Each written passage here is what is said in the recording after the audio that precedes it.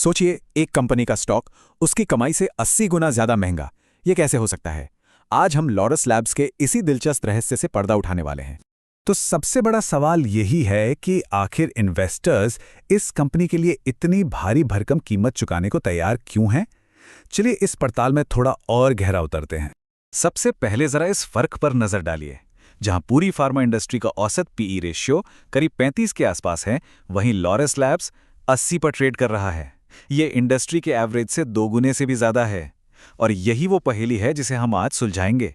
इस पहेली को सुलझाने का जो पहला बड़ा सुराग है, वो छिपा है कंपनी के बिजनेस मॉडल में हुए एक बहुत बड़े और रणनीतिक बदलाव में। देखिए, ये बहुत दिलचस्प है। कंपनी अपने पुराने कम मार्जिन वाले एपीआई बिजनेस से, जहां करीब 15 से 20% का मार्जिन मिलता है, उससे निकलकर एक नई हाई मार्जिन वाली दुनिया में कदम रख रही है। ये दुनिया है सीडीएमओ की, यानी कॉन्ट्रैक्ट डेवलपमेंट एंड मैन्युफैक्चरिंग। यहां मार्जिन 25 से 30% तक होते हैं और बड़ी बड़ी फार्मा कंपनियों के साथ लंबे समय के कॉन्ट्रैक्ट्स मिलते हैं, जो एक तरह से बिजनेस को स्थिरता देते हैं। और ये कोई छोटा मोटा बदलाव नहीं है। कंपनी का लक्ष्य बहुत बड़ा है। साल 2030 तक कंपनी अपने टोटल रेवेन्यू का आधा हिस्सा, जी हां, पूरे 50%, इसी हाई ग्रोथ सीडीएमओ सेगमेंट से कमाना चाहती है। और कंपनी अपने इस प्लान को लेकर कितनी सीरियस है, इसका अंदाजा आप इस नंबर से लगा सकते हैं। $600 मिलियन से ज्यादा का भारी भरकम निवेश। ये पैसा विशाखापट्टनम में एक बिल्कुल नए फार्मा कॉम्प्लेक्स पर लगाया जा रहा है। ये एक बहुत बड़ा दांव है। चलिए अब इस कहानी के दूसरे सुराग की तरफ बढ़ते हैं, और वो हैं कंपनी के हालिया फाइनेंशियल नंबर्स, जो खुद एक कहानी कह रहे हैं। जरा इस नंबर को देखिए। वित्त वर्ष 26 की पहली छमाही में कंपनी के ऑपरेशनल मुनाफे यानी एबिटबिटा में 132% का जबरदस्त उछाल आया है। ये दिखाता है कि कंपनी की गाड़ी अब सही में रफ्तार पकड़ चुकी है। और ये तो कुछ भी नहीं। जब हम नेट प्रॉफिट की बात करते हैं, यानी टैक्स वगैरह सब चुकाने के बाद जो हाथ में आया, उसमें लगभग 98% की छलांग लगी है। आप सोच सकते हैं, लगभग 10 गुना की बढ़ोतरी। ये कंपनी की नई रणनीति की कामयाबी का सीधा सबूत है। और सिर्फ कमाई ही नहीं, कंपनी ने अपनी बुनियाद भी मजबूत की है। कर्ज का बोझ आधे से भी ज्यादा कम कर दिया गया है। डेट टू इबिटा रेशियो 3.4 से घटकर महज 1.3 रह गया है। अच्छा, आगे बढ़ने से पहले एक छोटी सी पर बहुत जरूरी बात।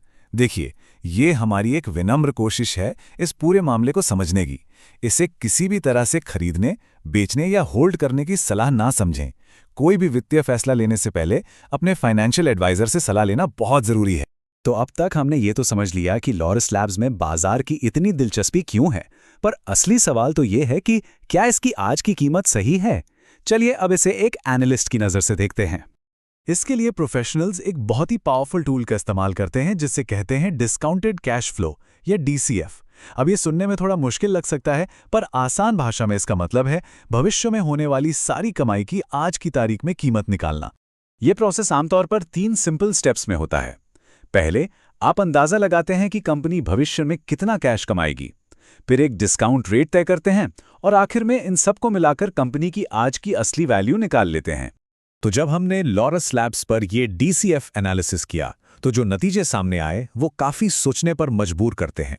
देखिए, सबसे अच्छे हालात में भी, मतलब बुल केस में, इसकी असली कीमत करीब ₹350 के आसपास आती है, और बेस केस में तो सिर्फ ₹197।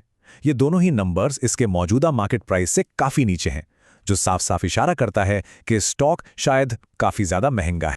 तो अब आते हैं इस पड़ताल के आखिरी हिस्से पर और समझते हैं इस हाई ग्रोथ कहानी से जुड़े बड़े जोखिमों को। तो देखिए, 4 बड़े जोखिम हैं जिन पर नजर रखनी बहुत जरूरी है। पहला है एग्जीक्यूशन रिस्क। क्या कंपनी अपने बड़े बड़े सीडीएमओ प्लान्स को हकीकत में बदल पाएगी?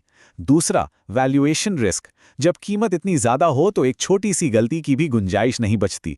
तीसरा, रिवर्जन टू द मीन का खतरा, यानी अगर ग्रोथ की रफ्तार थोड़ी भी धीमी हुई तो पीई रेशियो धड़ाम से नीचे आ सकता है। और चौथा, मार्केट का मूड। आज जो जोश है वो कल डर में भी तो बदल सकता है। और एक बार फिर से याद दिलाना चाहूंगा, ये सारी जानकारी सिर्फ और सिर्फ एजुकेशनल पर्पस के लिए है। किसी भी तरह के वित्तीय नुकसान के लिए ये चैनल जिम्मेदार नहीं होगा। निवेश से जुड़ा कोई भी फैसला लेने से पहले प्लीज अपने सर्टिफाइड फाइनेंशियल एडवाइजर से सलाह जरूर लें। अगर आपको हमारी ये गहरी पड़ताल पसंद आई तो चैनल को सब्सक्राइब जरूर करें। आपका एक सब्सक्रिप्शन हमें ऐसे और एनालिसिस लाने की हिम्मत और प्रेरणा देता है। और हाँ, इस पूरे मामले पर आपके क्या विचार हैं, नीचे कमेंट्स में हमें जरूर बताएं। हमें इंतजार रहेगा।